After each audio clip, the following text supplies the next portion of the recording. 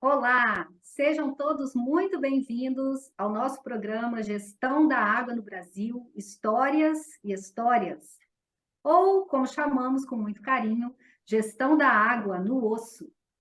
Este programa faz parte do nosso projeto Águas de Todos, que foi criado com a intenção de colocar à disposição de quem se interessar tudo o que nós aprendemos ao longo da nossa vida profissional e pessoal também. O objetivo deste programa é valorizar a história da gestão da água no Brasil, que já não é, né, que já é bem longa, a partir das histórias e das histórias contadas pelos seus atores, atores do passado, atores do presente, alguns passado e presente. E também, a partir dessas histórias, trazer para vocês experiências pragmáticas de gestão. E por isso é que nós gostamos de chamar também o programa de gestão da água no osso. Nós temos conversado com muitos amigos, mulheres, homens que fizeram e fazem a história da gestão da água Brasil afora. A maior parte deles com experiência na gestão pública da água, ou seja, com o olhar dos governos. Outros com experiências variadas. Hoje vamos falar com um consultor, digamos, um consultor puro, talvez o maior consultor vivo deste país, na área de gestão de recursos hídricos. Pronto, eu já vou começar a puxar saco mesmo antes de anunciar quem é. Sim, pessoal, estamos falando do Eduardo Lana. Lana, seja muito bem-vindo ao Gestão da Água no Osso. Inicialmente, eu agradeço a introdução que a Mônica fez, né, sobre mim. Nessas horas, eu não posso deixar de pensar no Mário Quintana, né, o poeta aqui de Porto Alegre. O Paim conhece bem, não sei. A Mônica deve conhecer, todo mundo conhece. Conheço. Dizem que uma vez uma jornalista foi lá para adular um pouco ele e falou: mas, Mário, eu ouvi falar que o senhor é um sedutor, que as meninas vêm aqui lhe entrevistar e você, com seus versos, as conquista e tudo mais. E o Mário, com aquela ironia dele, falou: olha, não é bem assim, minha filha, mas pode espalhar. Então, sobre essa questão de ser o maior consultor, então não é bem assim, mas pode espalhar, não tem Pode problema. espalhar. Mas com relação a o que eu posso falar de mim mesmo, é sempre complicado a gente falar, mas entrando naquela coisa mais da objetividade de engenheiro, eu sou engenheiro civil, formado na Universidade Federal do Rio de Janeiro, na época em que eu era carioca, depois vim para o Rio Grande do Sul, onde fiz mestrado, acabei virando gaúcho, e fui fazer doutorado nos Estados Unidos, quando eu era ainda professor do Instituto de Pesquisas Hidráulicas da Universidade Federal do Rio Grande do Sul. Depois de 30 anos sendo professor, pesquisador e prestador de serviços também pela universidade, eu passei a me dedicar à consultoria. O IPH sempre foi... O IPH ele começou como um órgão de prestação de serviços da universidade, depois que ele virou um ente acadêmico, né, participando de graduação e pós-graduação. Então, ele sempre, até hoje, ele tem essa linha de prestação de serviço muito forte. Então, para mim, como diziam meus alunos, eu era, na época de professor, um professor que prestava serviços. E, gradualmente, a parte de serviços ou de consultoria foi tomando conta, enfim, das minhas atividades, e hoje eu virei consultor puro. Larguei a academia e passei para o lado da consultoria. Foi o que a gente falou, né? Consultor puro. Pode ser assim. Agora eu sou. Já que tu foste bastante econômico aí na tua apresentação, a entrevista toda vai ser muito baseada no teu olhar de consultor, né? Mas antes disso, né? Se fosse engenheiro civil, eu também, né? Eu caí no IPH e tu também, ao contrário, tu caiu no IPH primeiro. Por que, Lana? Por que da água? O que que a água significava na época? Era uma questão, é uma casualidade? Era um desejo? Como é que foi? Como é que tu chegaste na gestão de recursos hídricos aqui no IPH, no Rio Grande do Sul? Dizem que os professores, né, sempre formam muitos alunos. E eu acredito que duas coisas me fizeram entrar na área de águas, recursos hídricos, né? Uma, os excelentes professores que eu tive lá na Escola de Engenharia da Universidade Federal do Rio de Janeiro. Lá nós tínhamos uma coisa talvez inédita na época. Foi bem quando foi implantado esse sistema de departamentos, né? De que a pessoa ela tinha uma certa liberdade de escolha de disciplinas. O último ano, que era o quinto ano de engenharia, a gente tinha que optar ou por recursos hídricos e saneamento, ou por estrutura, ou construção civil, ou mecânica dos solos, ou por estradas. Eram basicamente essas 5 áreas.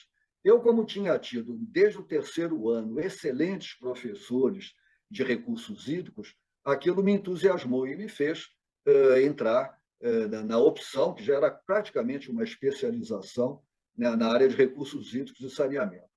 Além disso, aquela era a época do milagre brasileiro, né, era final dos anos 60, início dos anos 70, em que existiam obras para todo lado, as grandes hidroelétricas sendo construídas e muitas uma efervescência, né? E eu tinha professores também excelentes que não apenas eram professores universitários, mas também que eram profissionais de Furnas, né? Na época, Furnas, que até hoje existe, nós tínhamos aula dentro de Furnas, né? Lá na empresa responsável pela construção e operação de uma série de hidroelétricas. Então, isso certamente me levou a me envolver. E a verdade é que todo mundo gosta de água, né? Quem é que não gosta de água visualmente, pelo contato físico? Então, não foi muito difícil essa opção. Uhum. Olana, você atuou na universidade, né? Que é uma instituição pública, né? Isso. Onde você atuou. Você já foi funcionário público, assim? Você já atuou como gestor público de recursos hídricos alguma vez? Bom, funcionário público eu sempre fui. Na Hum? universidade, nós somos Na funcionários universidade. públicos, né? Agora, como gestor público, eu diria que o meu primeiro emprego foi, de alguma forma, embora era uma empresa privada, a Companhia de Pesquisa de Recursos Minerais, a CPRM, eu era o coordenador da rede hidrométrica da Bahia e Sergipe. Então, eu comecei, depois eu me formei, vim aqui para o Rio Grande do Sul fazer mestrado, né? E quando passei um ano aqui fazendo disciplinas e tal, e já de imediato comecei com a minha tese de mestrado, e nisso fui para a Bahia, por opção minha, e trabalhei lá quase um ano na operação da rede. Eu diria que era uma espécie de gestor público, porque eu gerenciava uma rede pública, né, de hidrométrica, e, embora eu não fosse funcionário público, eu respondia ao Departamento Nacional de Águas e Energia Elétrica, que era o proprietário e havia contratado a CPRM a operação. Depois, na universidade, enfim, eu não que eu gerenciasse um departamento e tal, mas eu tinha projetos de pesquisa que eu respondia ao CNPq, né, recebia recursos, tinha que aplicar recursos de acordo com as regras e tudo mais que há no serviço público, que eram recursos públicos. E tive uma experiência de 2 anos o que eu era meu diretor, acho que era diretor financeiro da Fundação de Apoio da Universidade Federal do Rio Grande do Sul. Foi uma coisa totalmente louca. Um dia eu estava almoçando em casa, me liga o reitor, olha, eu vou te fazer um convite que você não pode recusar. Essa é a primeira coisa. A segunda coisa é que você tem que estar 2 horas, era 12h30, 2 horas você tem que estar aqui na reitoria para tomar posse. O convite é para ser diretor financeiro da Fundação de Apoio. Eu levei um susto, mas eu tenho um pouco sei lá, de irresponsabilidade até, de não de me arrepender depois, né? Como dizem aqui no meio dos leilões de gado, arrependa-se com ele em casa. Então, eu me arrependi depois que tomei posse e fui tentar ver o que era isso. Uma coisa eu sabia, eu não era, provavelmente alguém havia sido convidado e furou na véspera de tomar posse. O reitor, o Elgio Trindade, na época, ele falou, bem, o que a gente vai pegar e tal, tem que ser agora, vamos tomar posse aí. Não, pegar esse cara aqui, me ligou e eu aceitei. E passei 2 anos lá, não em tempo integral, mas dedicando metade do meu tempo, a exatamente gerenciar financeiramente, olha só, a responsabilidade, diversos projetos da universidade, né? E tendo que negociar com procuradores que não aceitavam muito bem a ideia de uma fundação privada, uma fundação pública de direito privado, que iria gerenciar todos os serviços que a universidade prestava.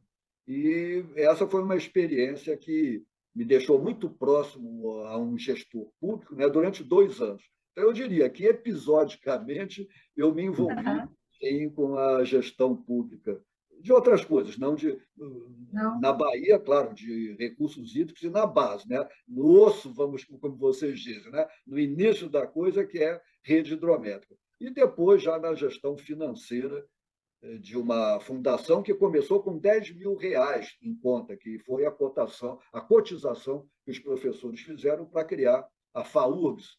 E quando eu saí 2 anos depois, a gente devia ter em conta mais de 1 milhão, não pelos meus méritos, mas por, enfim, pelo trabalho que todos os professores que se envolveram na época conseguiram arrecadar recursos para a universidade. Fulana, Lana, desculpa, Mônica, deixa eu explorar um pouquinho. Primeiro ri um pouco. Receber um convite desse, provavelmente era a Fundatec, receber um convite desse na hora do almoço, eu não sei como é que tu não tivesse uma indigestão. Era para ter tido, era para. Não, não era a Fundatec, não. A Fundatec era uma fundação, mas ela não queria se enquadrar nos moldes de uma fundação como a FAURGS. A Fundatec tinha uma certa independência, e a FAURGS ela foi criada por professores da universidade, mas todo um regimento que, enfim, nós tínhamos inclusive um percentual de tudo que era arrecadado tinha que ir para a URGS, né? Então, ela foi criada dentro dos moldes, inclusive ela acabou substituindo a Fundatec, né, que já era Sim. uma fundação consolidada e tudo mais, e a FAURGS entrou para, enfim, para ser uma fundação da universidade. Os teus relatos, Lana, assim, mostram que tu, claro, fosse funcionário, né, do funcionário público no IPH, como professor, tivesse essa experiência, a outra também no início lá como responsável lá pelo monitoramento, pela rede, mas tu nunca ocupasse um cargo de gestor público no sentido de ter algum tipo de responsabilidade com a implantação, por exemplo, da política de gestão de recursos hídricos. Não? E por que a gente está perguntando? Logo aí adiante, né, nós vamos. Tem outras perguntas que vai ficar claro por que, de certa forma, até estamos insistindo com isso. É porque é diferente mesmo, né? E nós queremos explorar o teu olhar de consultor mesmo, a tua experiência de consultor.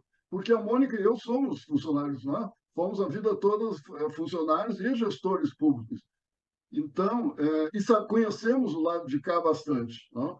E aí a pergunta era para saber se tu também conhecias o lado de cá, nesse sentido, assim, quais são as facilidades, as dificuldades, etc. Mas nós vamos voltar a esse assunto, eu mesmo vou te perguntar mais ali adiante. Mônica. Painho, acho que a pergunta agora é sua. É verdade. Assim, na sequência, então, Lana, pega o teu olhar de consultor, né, sem essa experiência que a Mônica e eu temos do lado de cada balcão, digamos assim, nós gostaríamos muito que tu pudesse fazer uma avaliação aí, agora sim, de quem esteve fora né, do poder público, de qualquer nível, federal, estadual e municipal, ao longo desses 30, quase 30 anos aí que tem a lei, o sistema de gestão aqui no Brasil. 26, para ser bem exato. Né? Como é que tu enxerga, do lado de fora, a ação do poder público brasileiro ao longo desse tempo todo? A brincadeira é que se tu quiser meter o pau em mim e na Mônica, tu pode ficar à vontade. Ah, só um pouquinho. Alivia, né? Na verdade, o fato de eu ter 30 anos, né, trabalhado na universidade, uma coisa eu aprendi, né, como funcionário público que eu era, que, enfim, a liberdade que tem um funcionário público não é total. Ele tem que, enfim, uma série de questões que ele tem que obedecer, enquanto numa empresa privada, o dinheiro que ela tem, ela aplica onde bem entender. Quando eu era gestor de um projeto de pesquisa, o dinheiro vinha naquelas rubricas, eu não tinha aquela liberdade. Às vezes eu estava precisando de comprar um equipamento, mas não tinha, só tinha dinheiro para outras coisas. Então, eu sempre percebi, e isso eu vivi, não apenas percebi, como eu vivi, essa dificuldade na gestão pública, né, de atender a essas regras todas que existem aí. Eu me lembro uma coisa até interessante. Na época que eu comecei como diretor financeiro da FAURS, existia uma procuradora da universidade, que depois virou até procuradora-geral do Estado, do Rio Grande do Sul. E ela era contra a FAURS. Ela achava que não havia por que ser criado, que não estava de acordo com a legislação. Ela, juridicamente, não por implicância pessoal, mas juridicamente ela era contrária. E eu fui conversar lá com ela para tentar entender as razões, e ela me disse uma coisa que me marcou muito. Eu não estou, porque eu imaginava, né, que uma procuradora de uma universidade ela agiria como uma advogada, então que eu poderia chegar para ela e falar: escuta, nós queremos que você nos ajudasse a superar esses entraves legais que possam haver, nos dar um caminho. E ela disse que não era essa a função dela. A função dela era não deixar que a universidade fizesse coisa errada. Então, tirando daquela época, né? Ou seja, ela não estava ali para trabalhar como um advogado, né? Numa empresa privada. O dono fala: escuta, fulano, eu quero que você viabilize esse tipo de ação que eu quero fazer. Ela não, ela estava ali simplesmente para dizer não se a universidade quisesse fazer alguma atividade que ela julgasse que fosse contra as normas. Eu me lembro, já pulando, então, já que o pai me provocou, pouco antes do país sair aí do meio público do Rio Grande do Sul, ele tentou contratar o Gilberto Canali e a mim para ajudá-lo a fazer uma atualização da política estadual de recursos hídricos, que nós havíamos, eu da universidade, o Paim como gestor público, nós havíamos elaborado o projeto dessa lei. Então, ele queria que o Canali e eu fizéssemos uma atualização, um aprimoramento. E a ideia era nos contratar por notório saber. Né? Apresentamos um monte de documentos para atestando que a gente tinha experiência, que realmente. Mais o Canali, que além de engenheiro, é também advogado, né? Enfim, qualquer lugar olharia, não, esses caras realmente eles têm notório saber. E chegou aí na Procuradoria, não sei se da Secretaria ou do Estado, vetaram, não dá. Então, eu fico pensando, o grande problema do poder público é isso. Um advogado está lá não para ajudar, ele está para ver, olha, será que pode isso? E o que vai pensar esse advogado? Eu até vou me colocar na posição dele. Se ele deixar que o órgão faça alguma coisa errada, ele pode ser processado, né? Porque deixou aquilo acontecer. Então, na dúvida, né, em dúbia pro réu, na dúvida dele, a favor dele mesmo. Não, por que eu vou deixar isso passar se há 1% de possibilidade de me incomodarem no futuro? Então, não pode. Então, aí foi o caso que eu e o Canali estávamos com muita vontade de fazer esse trabalho. Inclusive, o valor era irrisório para o trabalho que a gente, que o valor financeiro era bem baixo, porque não, por notório saber, tinha um limite do valor da contratação, que era bem, nem o Capaim deve saber melhor do que eu, mas mesmo assim não foi adiante. Então, esse é o dilema da área pública, né, do gestor público, um dos dilemas, né, e que eu sempre convivi com isso, que, afinal, na nossa área, a gente até trabalha para uma empresa privada, como consultor, mas o contrato é para um órgão público. Né? Na área de recursos hídricos, eu não me lembro ter trabalho. Às vezes eu até tentei, mas geralmente os particulares eles acham que a gente tem que trabalhar de graça para eles. Então, eu sempre, os contratos que eu fiz foi através de uma empresa que era contratada por um órgão público ou eu diretamente sendo contratado por um órgão público. Olana, eu... sobrou para você, viu, Paim? Você foi falar, sobrou para você.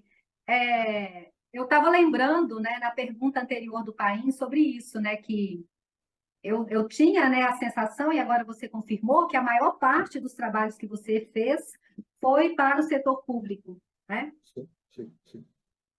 Quase o total. Eu não me lembro aqui, se me perguntar de um trabalho aí que você fez aí para um órgão privado, eu acho que nenhum, nenhum. Todos, de alguma forma, eram para atender uma demanda pública da política, né, de recursos hídricos de algum estado ou do país. Lana, o exemplo que tu trouxeste é perfeito, né? Exatamente, esse sim, não vou incomodar as pessoas com a minha leitura sobre a minha própria experiência como trabalhando a vida toda na área pública, né? E como gestor. Porque esse exemplo que trouxeste mostra um dos grandes entraves, né? E do ponto de vista de quem está do lado de fora da consultoria, é isso mesmo. Então, o óbvio, né? Pelo teu currículo, pelo currículo do Canale, o que nós incomodamos, o que eu incomodei vocês com pedindo solicitação de documentos para, no final das contas, depois de quase um ano, a Procuradoria-Geral do Estado do Rio Grande do Sul dizer que não, né, que não podia. E aí, bom, aí nós demos outro jeito. Eu queria te provocar um pouquinho mais com um outro aspecto, né? Assim, é, é consenso, acredito, de que a área privada ela consegue evoluir conceitualmente com maior rapidez, não só em recursos hídricos, em qualquer campo. Na área pública tem muita dificuldade, né? E aí a Mônica não me deixa mentir sozinho, em evoluir conceitualmente. Como é que, na hora que tu tem que prestar uma consultoria e o teu contratante é um poder público com conceitos arraigados, mais antigos que os teus, como é que tu te coloca em relação a isso? Tá cutucando. Está cutucando, né? Na verdade, o que acontece geralmente, ninguém é contratado, né? Bom, eu até dou um exemplo que talvez até explique o que pode acontecer. Uma vez eu fui chamado para ajudar uma grande empresa brasileira consultora a preparar uma proposta para uma licitação aí relacionada a um plano de recursos hídricos, nem me lembro de onde. Eu me lembro da empresa, não vou dizer o nome, mas não me lembro qual era o plano. E tinha um consultor lá, desses antigos, da iniciativa privada, mas um consultor antigo. E achava que esse negócio da Lei 9433 era um absurdo, que esse negócio de comitê, isso não, que tinha. Ele queria voltar àquela coisa antigamente, né? Tem que ter um órgão forte, tipo uma comissão do Vale do São Francisco, ou uma superintendência de alguma coisa, que vai lá e faz acontecer os troços. Então, na verdade, eu tentei fazer ver ao pessoal, gente, eu não vou discutir, porque a gente não tem tempo, essa questão. Eu discordo dessa sua posição, eu acho que a lei está em construção, tem coisas que a gente tem que valorizar. Esse caminho que você diz não deu certo quando foi aplicado, a gente está tentando outra alternativa, mas isso não é discussão para esse momento, porque o termo de referência ele é pós a lei 9433. Então, enfim, ou a gente se enquadra naquilo, ou então não vai dar certo, né? E ele tinha algum prestígio que eu não tinha na empresa, era funcionário ou consultor antigo, nem me lembro quem era, me lembro da pessoa. Insistiu, insistiu, e a empresa preparou uma proposta, enfim, para ele revolucionária, para os que analisaram totalmente retrógrada, né, em relação ao que dizia a Lei 9433 e a política. A empresa ela foi desqualificada, ela nem, ou seja, então o fato é que o termo de referência, sempre quando a gente vai fazer um trabalho e tal, o termo de referência já dá aquela visão de como é que tem que ser as coisas. Você pode até não concordar. Não, isso aqui não está bem e tal, mas você não tem tanta. Novamente, é a questão do privado relacionado com o gestor público. O gestor público ele encomenda uma coisa de acordo com a formatação da 9433, que é da política nacional, ou da política estadual, lá da onde ele trabalha. E a gente, ou você se enquadra naquilo, né? Ou então cai fora, não vai dar certo. Claro que dentro dessa. Existe uma margem de manobra, e aí é uma questão da gente conversar com as pessoas para tentar ousar um pouco, sair não é, do engessamento da lei, tentar inovar. O grande problema de tudo isso, e aí que é uma das frustrações da consultoria, é que você, quando trabalha para um órgão público, você trabalha na área técnica e não na área política, né? Muitas vezes o dirigente do órgão público ele nem conversa contigo, nem sabe quem é você. Às vezes ele até sabe, mas ele está preocupado lá com outras coisas, em atender as demandas de secretários de Estado, de políticos, ele está em outra esfera, né? Então, você acaba conversando com técnicos que aceitam, concordo, é fácil convencê-los em tentar usar para um caminho ou outro, mas quando chega lá em cima, na hora de implantar aquilo, aí a conversa é outra, porque o dirigente ele está lá preocupado lá com outras questões, né?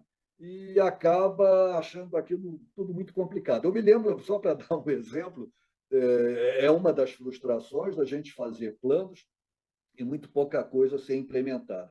Uma vez fizemos, eu participei junto com colegas de um plano aí de um estado que eu não vou dizer qual, e, na verdade, o dirigente lá do órgão contratante, ele veio nos procurar, que era perto das eleições, ele queria implantar um programa que desse votos. Aí olhou aqueles programas todos, a gente apareceu com 1000 programas fantásticos, né? Ele olhou, esse programa de cisterna, isso é interessante, né? E acabou, para ele, a grande prioridade era o programa de colocar cisternas, né, no meio rural e tudo mais, que aquilo ali dava repercussão, dava notícia, dava voto.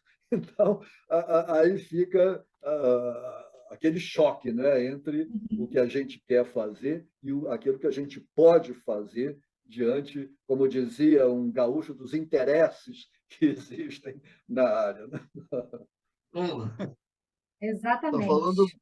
Brizola. Ok, Brizola, obrigado, Lana. interesses. Os interesses diferentes. Existem muitos interesses aí. Olana, sabe que disso que você falou, né? Você falou um pouco da formatação da 9433, né? Da formatação das políticas estaduais, assim. Eu lembrei muito de uma fala sua sobre os planos, né? O que se pede, né? Na legislação com relação ao conteúdo dos planos, né? O fato de ser muito semelhante um plano estadual, um plano de recursos hídricos de bacia hidrográfica, né? E aí, assim, a gente pode até, pai, inclusive, convidar o Lana um outro episódio para poder falar sobre isso, né? Que é tratar dos objetivos distintos, né? Desses planos de escalas diferentes, mas que às vezes acabam se confundindo, né? E aí ficam aqueles planos repetitivos, um assunto que eu acho extremamente interessante. Antes de passar para a pergunta, queria comentar, Lana, que quando você contou sobre aquela atuação sua no departamento financeiro, assim, aqui a gente diria que você foi pego no laço, né? Assim, porque você tinha que, o reitor te chamou para comparecer a determinada hora, né? E você não teve como escapar. Uma outra coisa que me chamou a atenção, mais no início da conversa, é que você falou assim: fui para a Bahia por opção própria. Eu tenho a impressão que você continua gostando da Bahia, né? É verdade ou não? Só fugindo um pouco aqui antes da próxima pergunta. Quem que não gosta da Bahia, né? A Bahia, eu tenho uma relação com a Bahia, assim, uma relação, não sei se a gente pode dizer uma relação de amante, amante, mas que eu não quero morar lá, eu quero é que ela esteja lá, aquela amante que você visita de vez em quando, né?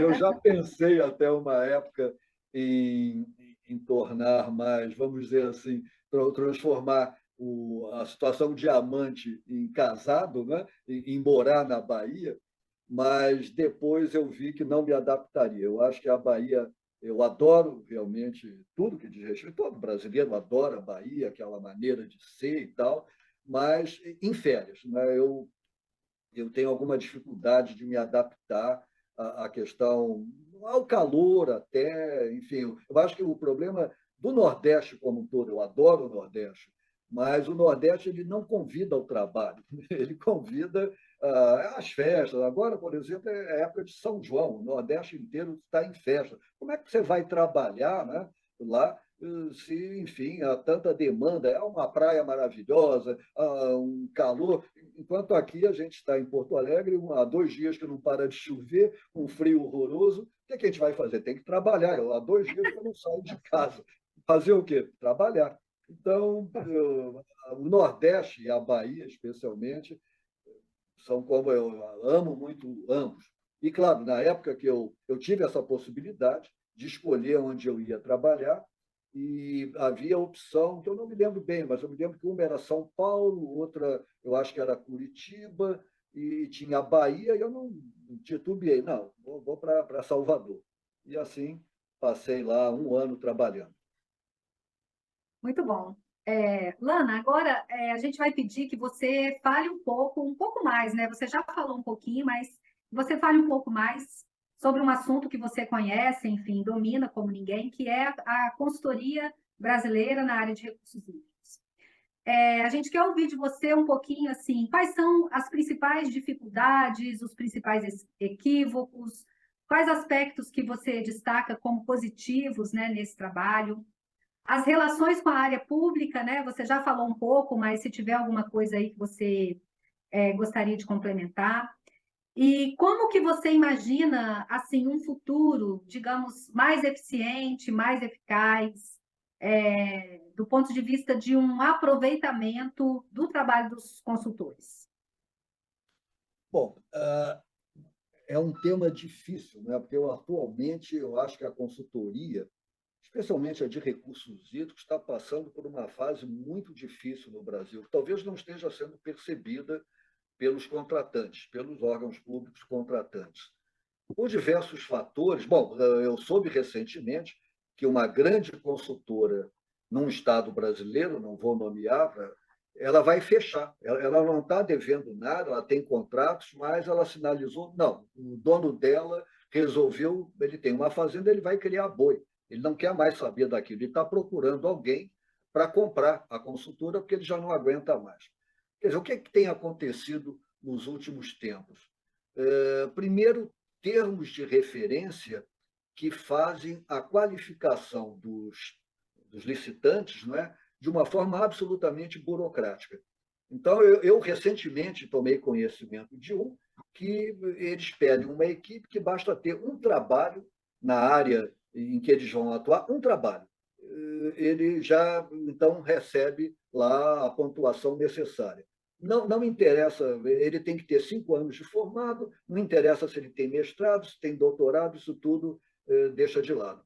Então, no final, eu acho que, no fundo, isso é uma reação novamente à área jurídica, que muitas vezes a gente vê algumas licitações que parece até que está sendo conduzida a licitação para contratar uma determinada empresa, porque aí pedem, olha, tem que ter o coordenador, tem que ter doutorado, 20 anos de experiência. Bom, não são muitos os doutores com 20 anos de experiência. Tem que ter trabalhado em 10 contratos exatamente iguais. Então, quem olha aquilo, não, isso aqui, eles já têm em mente quem eles querem contratar e estão manipulando a coisa para chegar lá. Às vezes não é, eles querem contratar uma equipe boa. Então, em vez de procurarem fazer a pontuação de acordo com a experiência, né?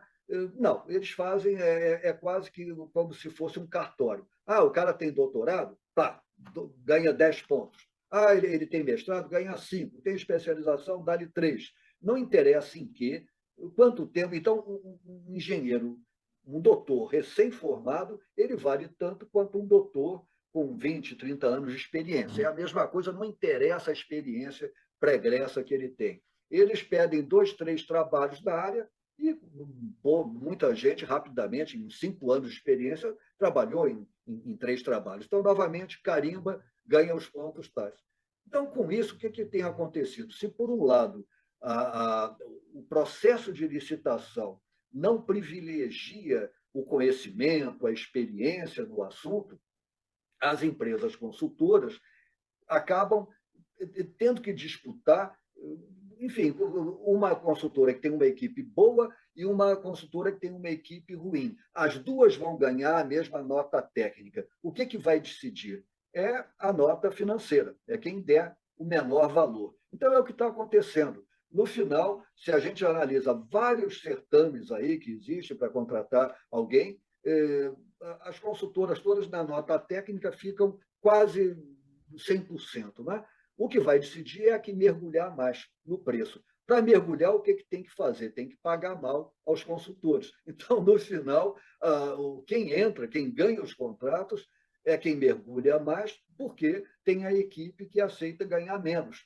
E às vezes a gente nota até colegas nossos, talvez com muita necessidade de trabalhar, dando mergulhos, dando descontos, quando é consultor individual, dando mergulhos de 40% no preço, uma coisa sem sentido, né? No preço de referência. Consultoria individual, a empresa dá o preço de referência, e um cara com doutorado, 10 anos ou mais de experiência, cheio de trabalho, dá 40% de desconto só para ganhar aquilo, porque ele sabe que vai ter um cara que tirou um doutorado há 3 meses e que vai entrar em iguais condições na nota técnica. Então, vai ser na disputa do preço, e ele mergulha o que dá.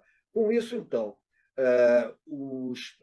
as consultoras estão cada vez mais levando até prejuízo, porque o que acontece? Ganha o contrato, tem uma equipe mal preparada, porque não podem pagar com aquele preço uma equipe melhor, dá um monte de problemas se o órgão tem condições de acompanhar tecnicamente o produto que está recebendo. Então, vai ter brigas, vai ter confusão, e eles acabam gastando mais do que aquele recurso que eles vão receber, acabam levando prejuízo.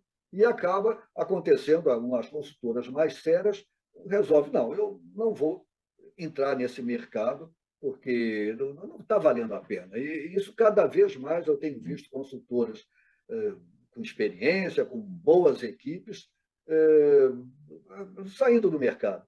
E isso é que eu digo, quando eu era estudante e optei pela área, o que nós tínhamos era o contrário, eram grandes consultoras, né? Ingevix, Hidrotécnica, Promon, Temag, eram consultoras imensas que ocupavam um edifício inteiro, tinham quase uma centena de técnicos de nível altíssimo. Por quê? Porque o Brasil estava crescendo e tinha o setor elétrico que dava trabalho à vontade e que privilegiava a experiência e a qualidade dos serviços.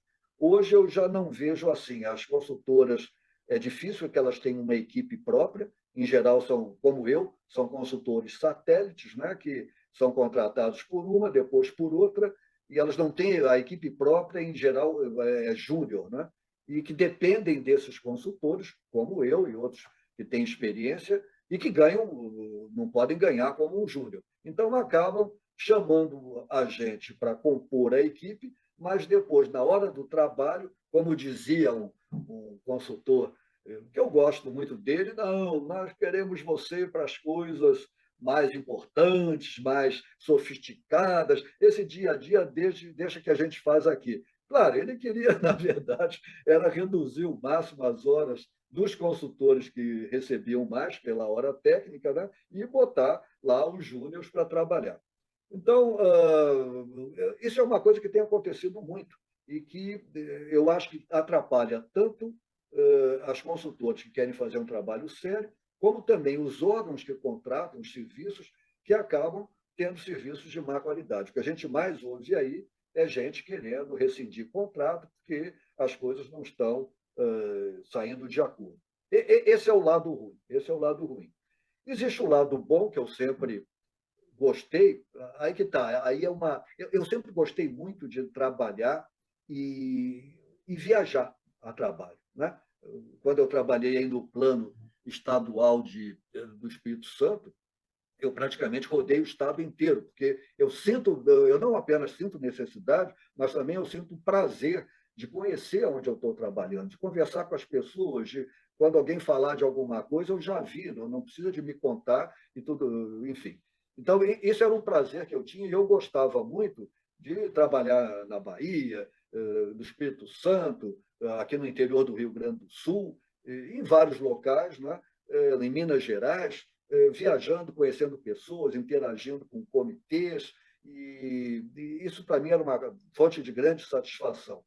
Até isso está ficando. Bom, isso por um lado era muito bom, por outro lado, acabava eu pouco parando em casa. Havia épocas que praticamente toda semana eu viajava para ir para um canto ou para outro. Veio a epidemia, né, e agora a moda não, é tudo reunião virtual, como essa que a gente está fazendo. Né? Aham. Alguns anos atrás, a gente iria a algum canto aí, nos juntaríamos e tal, num estúdio, talvez, de gravação, para fazer. E, claro, não seria possível, como vocês estão fazendo, já entrevistaram sei lá quantas pessoas. Então, a coisa deixou de haver esse contato mais físico, presencial, para ser substituído por um contato que se chama virtual. Isso é outro problema que eu vejo, quer dizer, nem tanto ao céu, nem tanto à terra. Eu sinto necessidade de ainda ir nos locais, mas cada vez está mais difícil. Por quê? Porque as consultoras são contratadas com recursos, né, aviltados já, com poucos recursos que eles recebem, eles têm que economizar em tudo que podem. A primeira coisa que tentam economizar é em viagens, não vão viajar. Então, a gente acaba ficando em intermináveis reuniões via internet, né? E sem essa oportunidade que é diferente, né? Você ir no local para conhecer. Talvez o último trabalho que eu fiz realmente presencial, talvez não tenha. Foi no Espírito Santo. O plano estadual do Espírito Santo foi assim. Eu depois peguei o plano estadual de Pernambuco, de recursos hídricos de Pernambuco. A primeira reunião que houve, que eu circulei por todo o estado, foi uma delícia e tal, e fazendo reuniões com aquelas consultas públicas, né? Foram 4 ou 5 consultas públicas em todo o estado, conheci o interior de Pernambuco, que até então eu só conhecia Petrolina e Recife, obviamente. Mas, quando terminou essa primeira consulta pública, entrou a pandemia, todas as outras consultas que eu esperava estar presente lá foram suspensas e ficamos em casa, né, presos pela pandemia, fazendo reuniões assim remotas. Então, isso era um prazer que havia antes e que hoje já está cada vez mais difícil. E nós precisamos, talvez, de encontrar um meio termo. E o meio termo vem da exigência do próprio contratante. Não, vocês têm que vir aqui, têm que vir aqui. Mas também, por outro lado, quando a gente vai se reunir com comitês e tudo mais, nem sempre é fácil. Né? Aí mesmo no Espírito Santo, uma ou outra reunião, muitas reuniões, estava cheio de gente, mas teve uma que eu me lembro, uma consulta pública, que não apareceu ninguém, era de Eu noite, lembro. aquela primeira, né? Exato, não apareceu Aham. ninguém. E, claro, se fosse virtual, sempre aparece mais gente, né? Por internet, hoje em dia quase todo mundo tem acesso, e então já se tentou fazer uma coisa híbrida, parte virtual, parte presencial, mas ainda não aprendemos a fazer isso. Mas eu acho que tanto o prazer da consultoria, pelo menos para mim, quanto também uma necessidade que que eu sinto é de estar presente nos locais que eu estou trabalhando. Isso também já foi uma fonte de prazer, agora que está cada vez mais difícil de acontecer. Então, na verdade, a consultoria está perdendo um pouco o glamour que antes ela tinha para mim por causa desses fatores.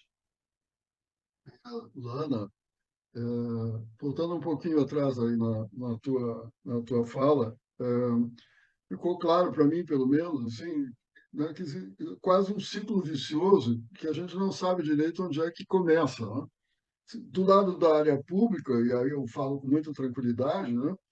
Isso tu até descrevesse, algo muito trancado, muito preso, cheio de regras, né? E aonde existe dois níveis muito claros, assim, o nível técnico e o nível de decisão, né?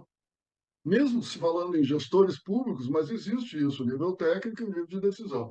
E essa harmonia quase nunca é muito eficiente. Assim, né? As relações entre o plano técnico, os gestores técnicos e os gestores políticos são bastante complicadas, nem sempre, mas em boa parte das vezes.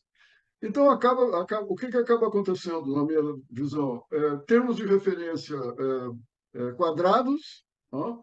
É, equipes, editais, como tu escreveste, não vou repetir, onde a experiência não é valorizada. Então, a impressão que dá é que o setor público não sabe o que quer, não sabe contratar, e do outro lado, gera o que tu também descreveste, né?